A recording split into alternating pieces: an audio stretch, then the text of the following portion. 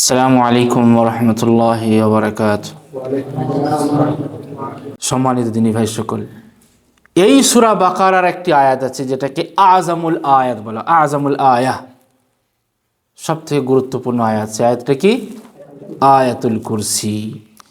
এই আয়াতুল কুরসি সম্পর্কে রাসূল করিম সাল্লাল্লাহু আলাইহি ওয়াসাল্লাম কি বলেছেন দেখেন, কয়েকটা হাদিস আপনাদেরকে শোনাই।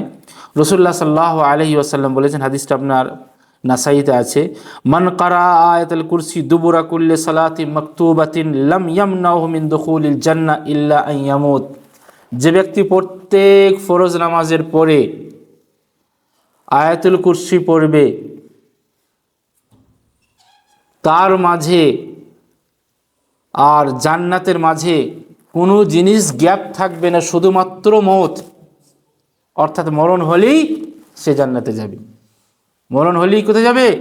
সে জান্নাতে যাবে। তারপরে দেখেন রাসূলুল্লাহ সাল্লাল্লাহু আলাইহি ওয়াসাল্লাম যেটা বললাম যে আযামুল আয়া, আবুল মুনজির রাদিয়াল্লাহু তাআলা আনহুকে রাসূল করিম সাল্লাল্লাহু আলাইহি ওয়াসাল্লাম বলছেন, আতাদরি আইয়ু আয়াতিন মিন কিতাবিল্লাহি মাআকা আযাম, সবথেকে আযামুল আয়াত কি? রাসূল করিম সাল্লাল্লাহু আলাইহি ওয়াসাল্লামকে সেই সাহাবী বললেন, আল্লাহু লা ইলাহা ইল্লা হুয়াল হাইয়ুল কাইয়্যুম। যে এই আয়াতুল কুরসি আল্লাহু লা ইলাহা, এটা হচ্ছে সবথেকে আযামুল আয়া। রাসূল করিম সাল্লাল্লাহু আলাইহি ওয়াসাল্লাম খুশি হয়ে সেই ব্যক্তিকে মোবারকবাদ দিলেন।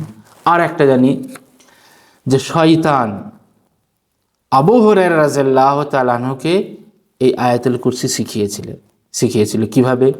বাইতুল মালকে রক্ষণাবেক্ষণের দায়িত্ব রাসূলুল্লাহ সাল্লাল্লাহু আলাইহি ওয়াসাল্লাম রাত্রে আবু হুরায়রা রাদিয়াল্লাহু তাআলা আনহুকে, লম্বা হাদিসটা শুধু একটা সারাংশ বলি, দায়িত্ব দিয়েছিলেন রাসূল করিম সাল্লাল্লাহু আলাইহি ওয়াসাল্লাম।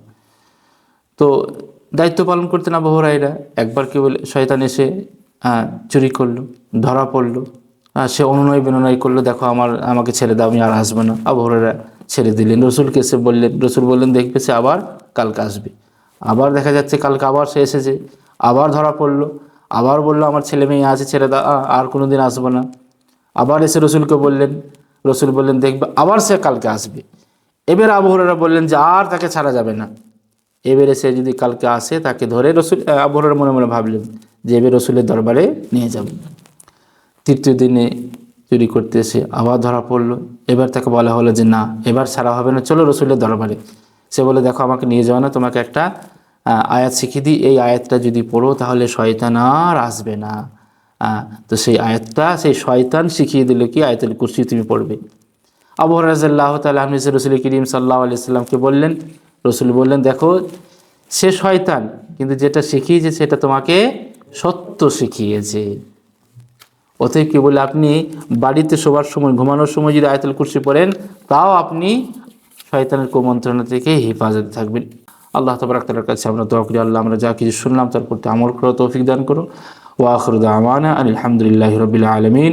আসসালামু আলাইকুম ওয়া রাহমাতুল্লাহি ওয়া বারাকাতুহু। সকলকে অসংখ্য ধন্যবাদ ভিডিওটি দেখার জন্য।